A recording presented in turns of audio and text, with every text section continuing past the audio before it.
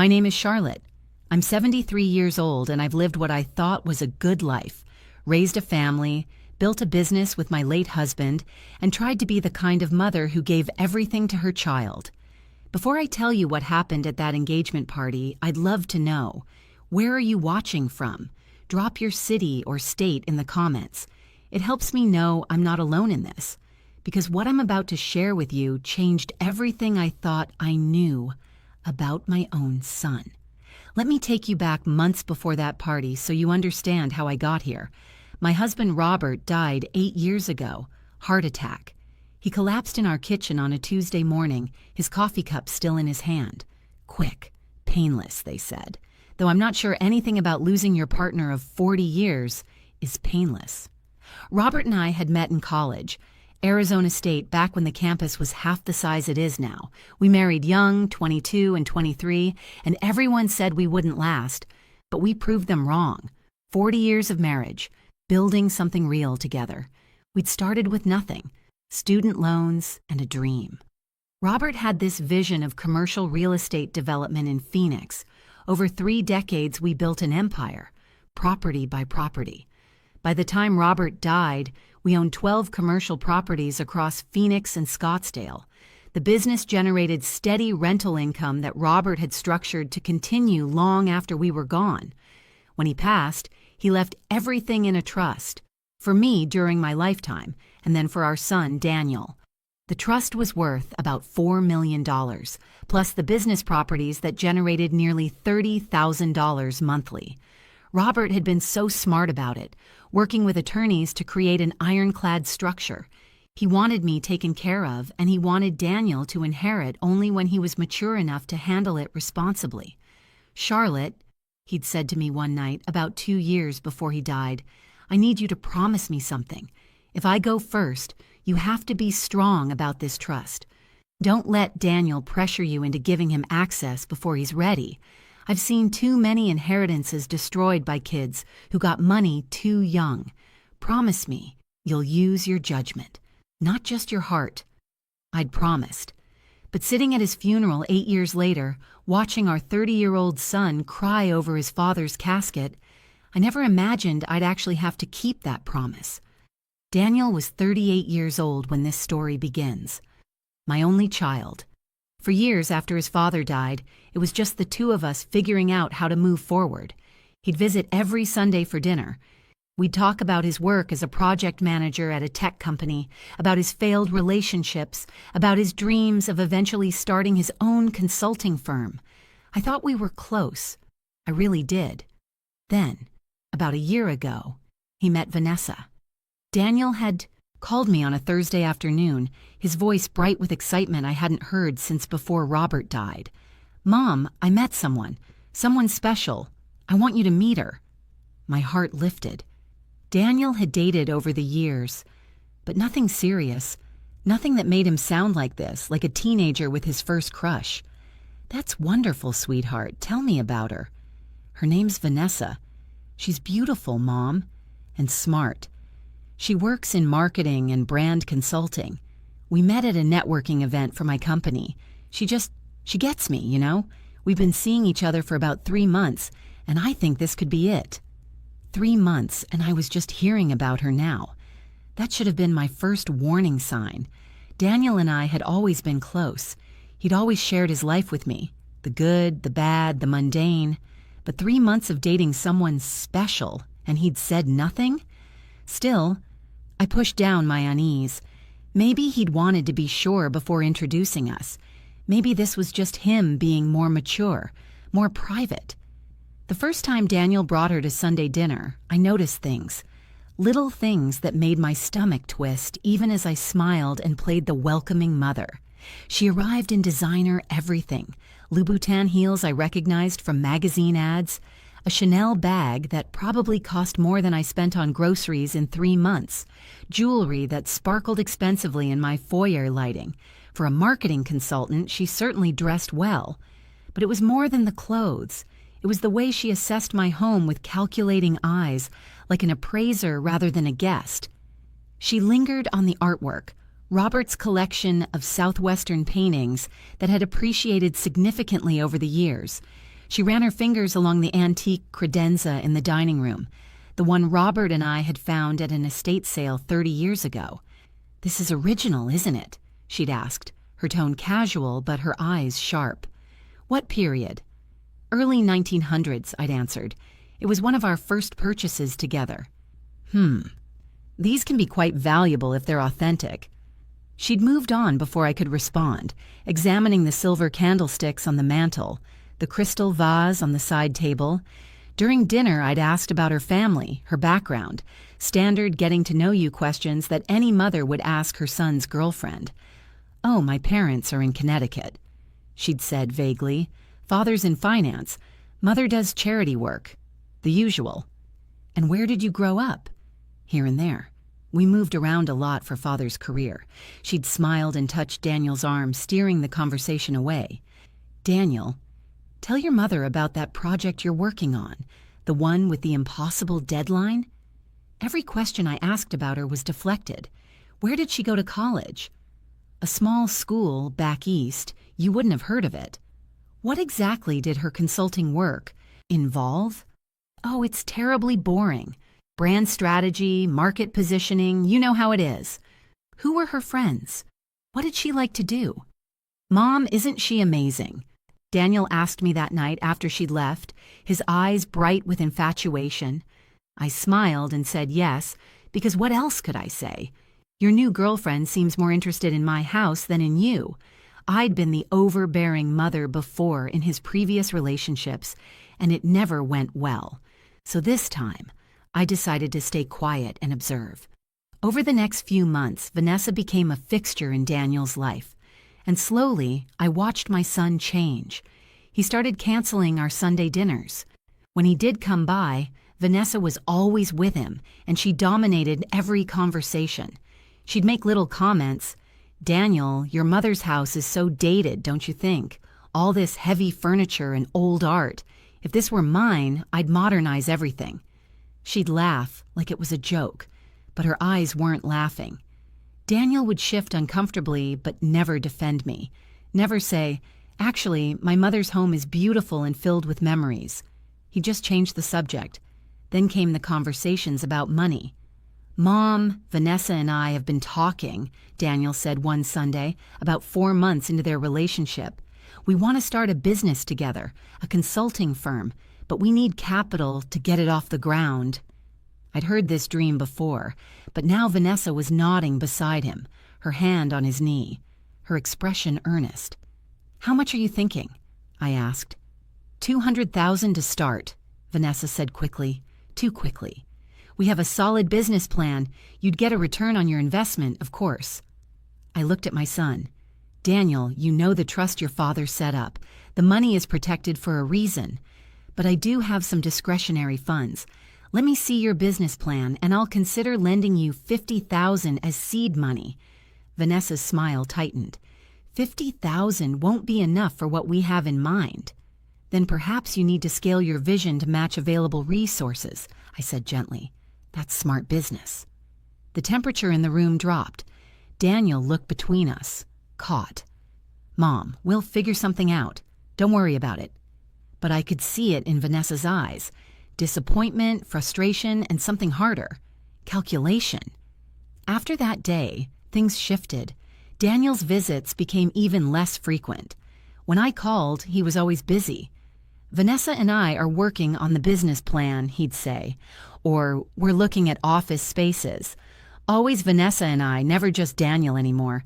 Then, 3 months ago, he called with news. "Mom, I proposed. Vanessa said yes, we're getting married." I should have been happy. I should have felt joy for my son. Instead, I felt a cold weight in my stomach. But I pushed it down and said all the right things. "Congratulations, sweetheart. I'm so happy for you."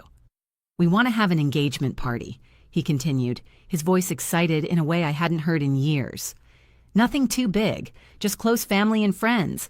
Vanessa's handling most of the planning, but we want to do it at her parents' country club. They're members. It'll be beautiful." "Of course," I said. "Whatever you want. Let me know how I can help." "Actually, Mom," he paused, "Vanessa was hoping you might contribute to the party costs. Her parents are covering the venue, but the catering, the bar, the flowers, it adds up. Maybe $20,000? $20,000 for an engagement party. Not the wedding, just the party. That seems excessive, Daniel. Mom, please, this is important to Vanessa. She wants everything to be perfect, and you have the money. There it was. You have the money. Not we'd appreciate it or if you're able. You have the money, so you should give it. I'll contribute $10,000, I said. That's more than generous. Silence on the other end. Then, I'll tell Vanessa. He hung up without saying goodbye. Looking back, I should have seen what was coming. But you don't want to believe the worst about your own child. You tell yourself stories. He's in love, he's distracted, he'll come back to himself once the honeymoon phase passes. You make excuses because the alternative is too painful. The engagement party was scheduled for a Saturday evening in October. I spent the week before trying to decide what to wear, what gift to bring, how to navigate what I knew would be an uncomfortable evening. I bought a beautiful navy dress. Elegant but not attention-grabbing. I had a jeweler create a custom bracelet for Vanessa, platinum with small diamonds, spending $3,000 I couldn't really afford to make a gesture of welcome to my future daughter-in-law. I arrived at the country club at 6:30, 30 minutes after the party started. I'd driven myself, despite Daniel's half-hearted offer to have them pick me up. We'll be busy hosting, Mom. It's probably easier if you drive yourself. Translation: we don't want to be responsible for you. The country club was exactly what I'd expected. Old money elegance with that artificial warmth rich people cultivate.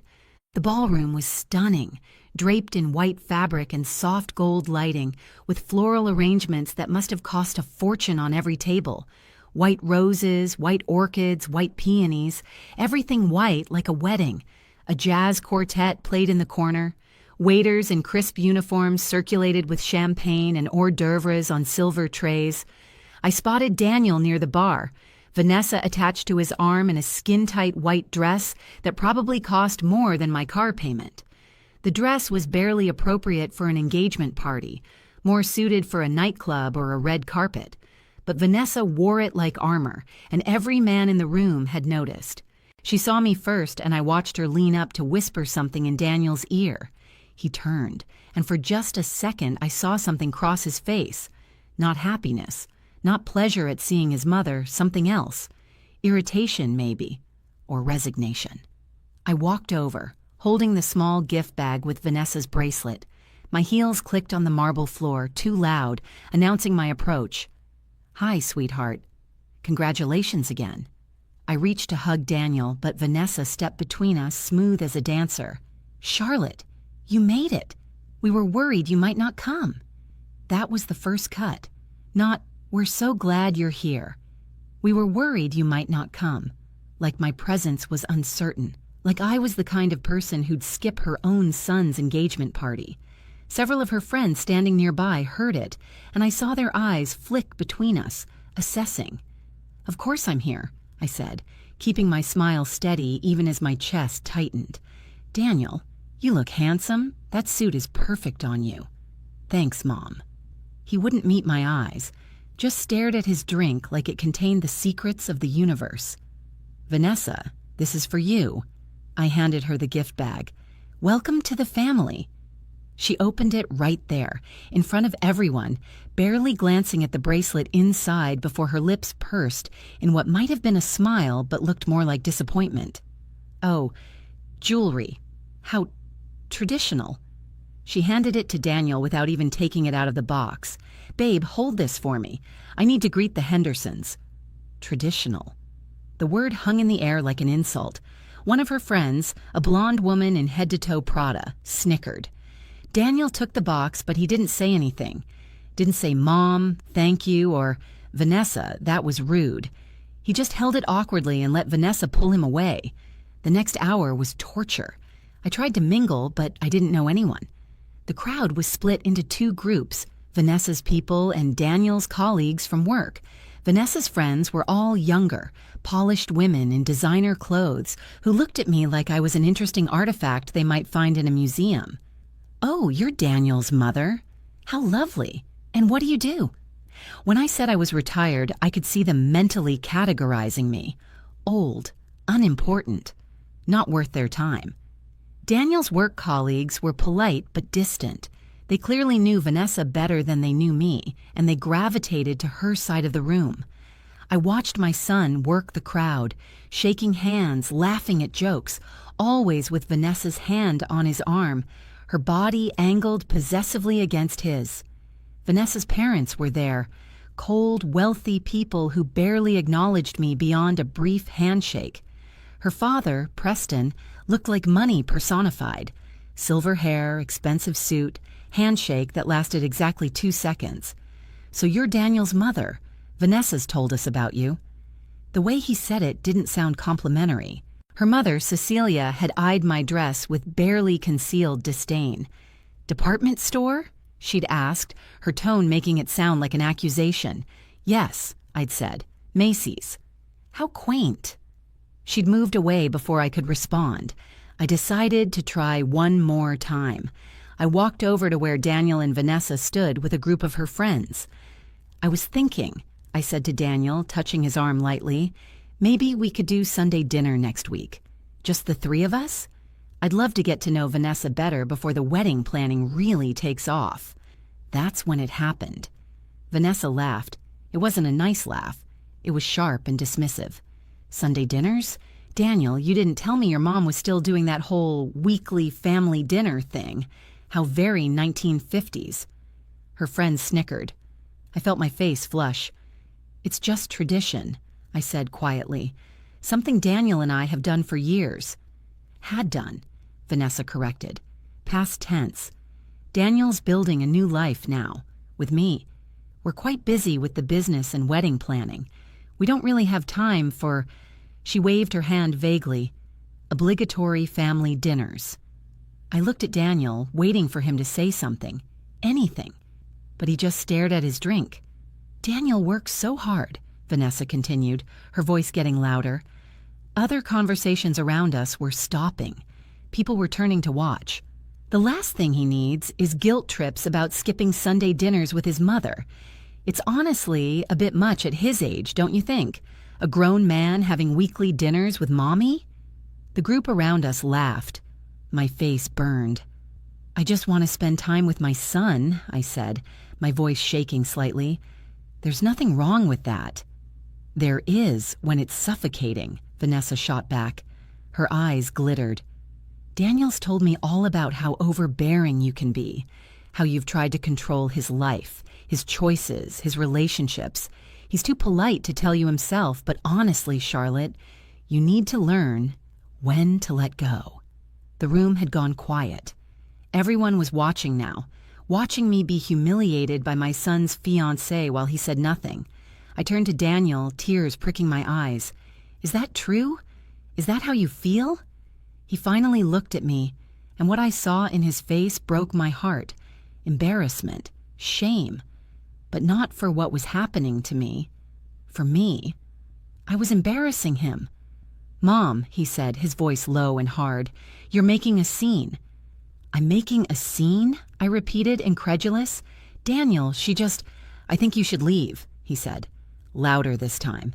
People gasped. "You're embarrassing me. Please, just leave." I stood there, frozen. This was my son, my child. The boy I'd rocked to sleep, nursed through illnesses, celebrated every achievement, comforted through every heartbreak. And he was telling me to leave his engagement party because I was an embarrassment. I looked at Vanessa. She was smirking, actually smirking, like she'd won something. "Please, Mom," Daniel said again, "just go." And Vanessa nodded, that smirk still on her face, her eyes cold and triumphant. I felt something break inside me, not just my heart, something deeper. The illusion I'd been carrying that my son was still the person I thought he was. I didn't cry, I didn't argue, I didn't make a scene. I simply turned and walked out of that ballroom without looking back. The drive home is a blur. I remember my hands shaking on the steering wheel so badly I had to pull over twice. I remember the shocked faces of the other guests as I passed. Some looked sympathetic, Others looked entertained by the drama. I remember the sound of my heels clicking on the marble floor, too loud in the sudden silence, like gunshots marking my exit. When I got home, I sat in my car in the driveway for 20 minutes, unable to move.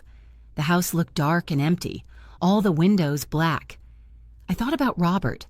I thought about how he would have handled this. Would he have stayed and fought? Or would he have understood that sometimes walking away is the only response that maintains your dignity? Then I went inside, changed into my nightgown, one of Robert's old t-shirts actually, worn soft from years of washing, and sat in Robert's old chair, the one I'd kept all these years because sometimes I still needed to feel close to him. It was leather, cracked now, molded to the shape of his body. When I sat in it, I could almost feel him there. "What do I do?" I whispered to the empty room. "What do I do about our son?" The silence was answer enough. Robert had known this might happen. That's why he'd structured the trust the way he did. That's why he'd made me promise to be strong. That night, I didn't sleep. I lay in bed, replaying every moment, every word. Vanessa's interest in my assets, the way her eyes had lingered on every valuable item, the money requests that kept escalating, Daniel's gradual distancing, the way she'd positioned herself between us, methodically cutting the ties between mother and son. This wasn't about love. This was calculated. Vanessa had found a man with an eventual $4 million inheritance, and she was making sure nothing, especially not his mother, stood between her and that money. Around 3 a.m, I got up and went to my office. Robert's desk, his books, his pictures. I'd never cleared them out. I pulled out the trust documents and read every word carefully. Robert had been specific. Daniel would inherit everything upon my death, but he wouldn't get full control until 45, or earlier if I determined he was financially responsible. Until then, I had complete discretion over distributions. Section 4.7, subsection C, if the trustee has reasonable grounds to believe that the beneficiary is subject to undue influence or manipulation by a third party with regard to trust assets, the trustee may restrict distributions and access until such time as the trustee determines the influence has ceased. Robert, clever man, had anticipated something like this. I texted my attorney, "Need to meet Monday morning, urgent, regarding Daniel's trust." His response came quickly.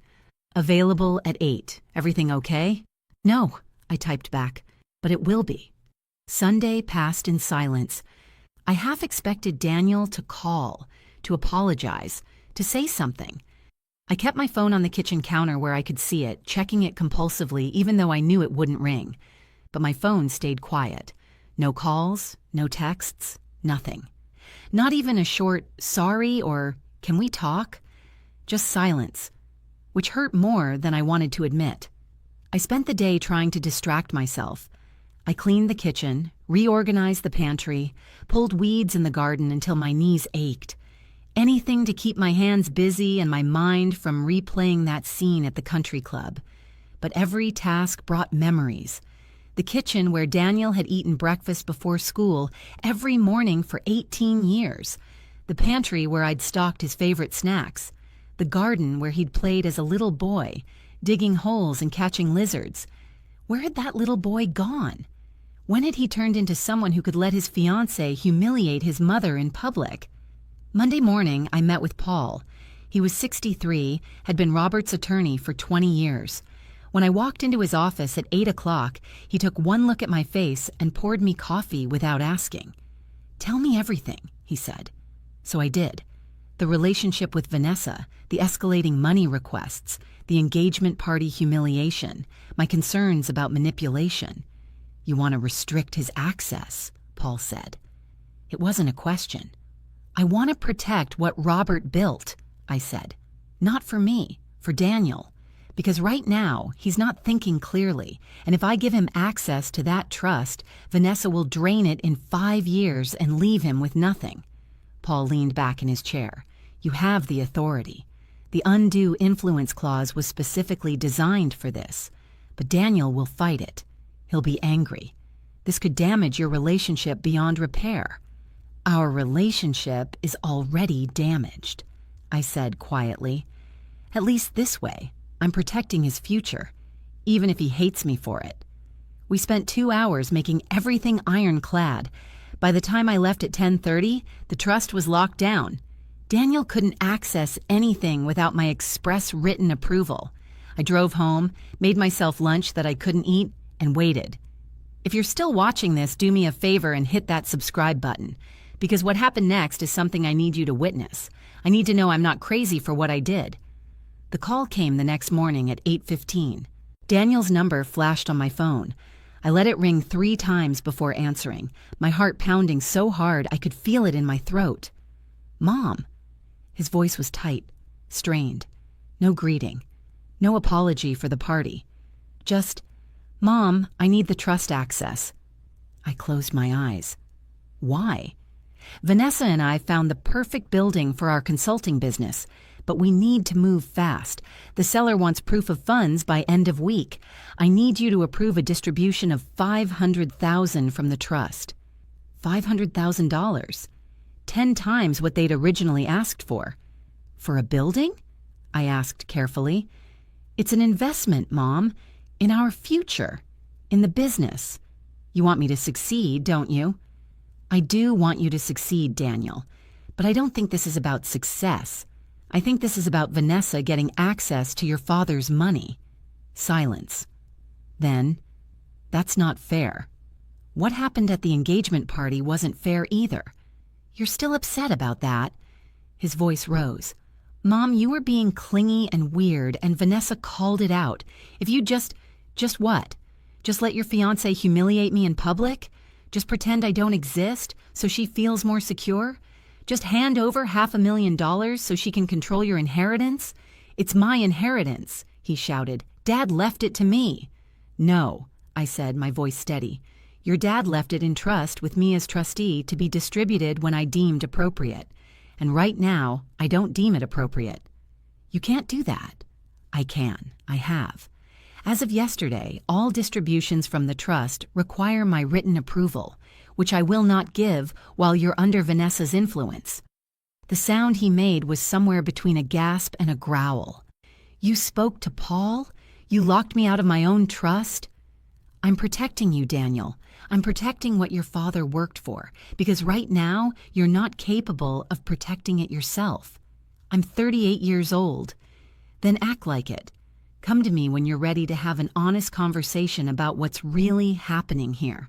Until then, the trust stays locked.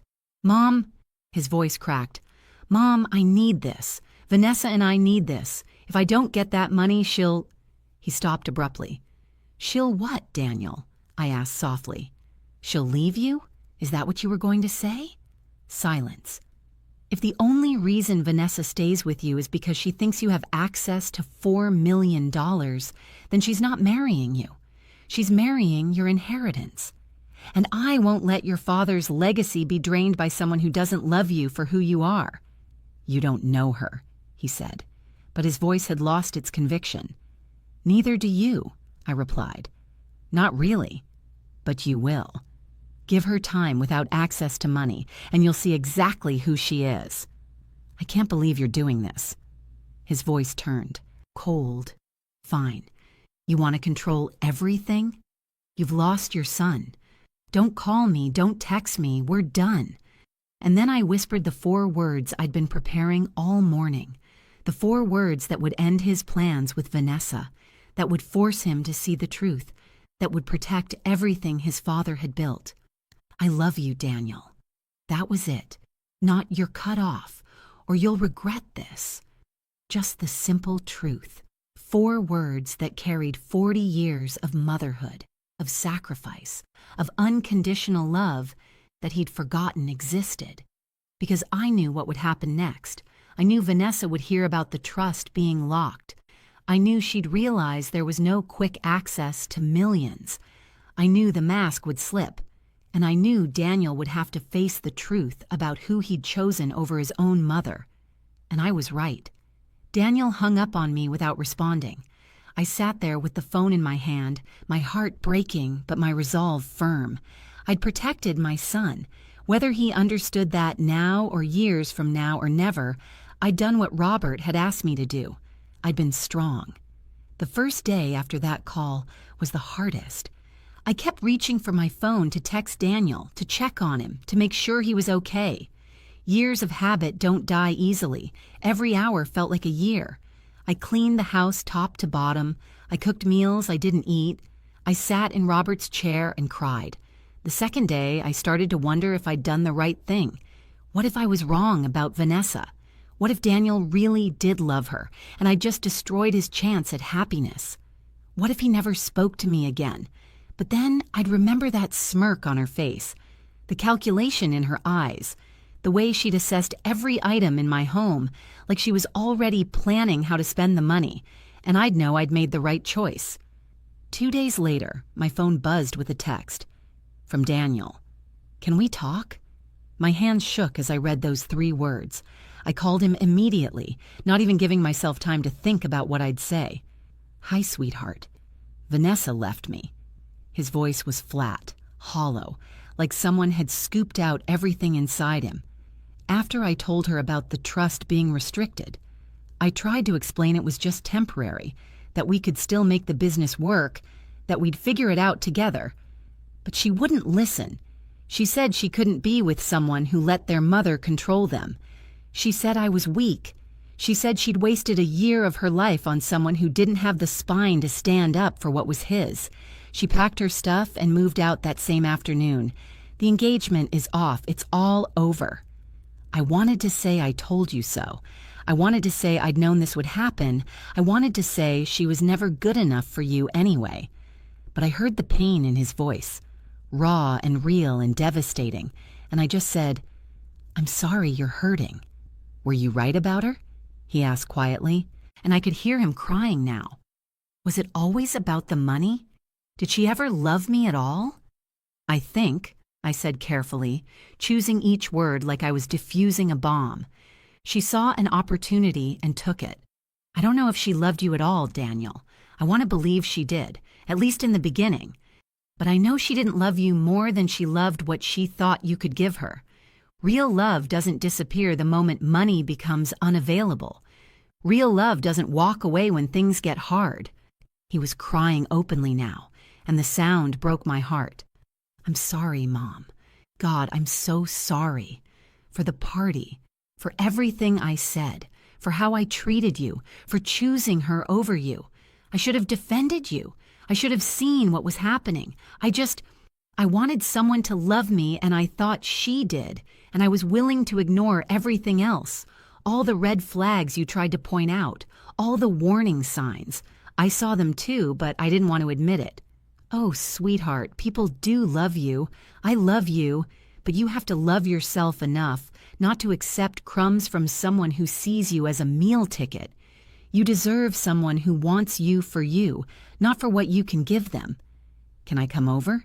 he asked, his voice small like a child's, like the little boy who used to come running to me when he fell off his bike or had a nightmare. "Can we have Sunday dinner? I know I don't deserve it, but—" "Yes," I said without hesitation. "Come home. Please come home." That was 3 weeks ago. Daniel's been coming to Sunday dinner every week since. We're rebuilding. It's not easy.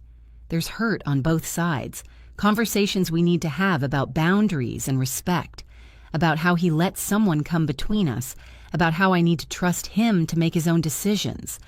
But we're trying. Last Sunday, we cooked together. I made my mother's pot roast recipe. He handled the vegetables.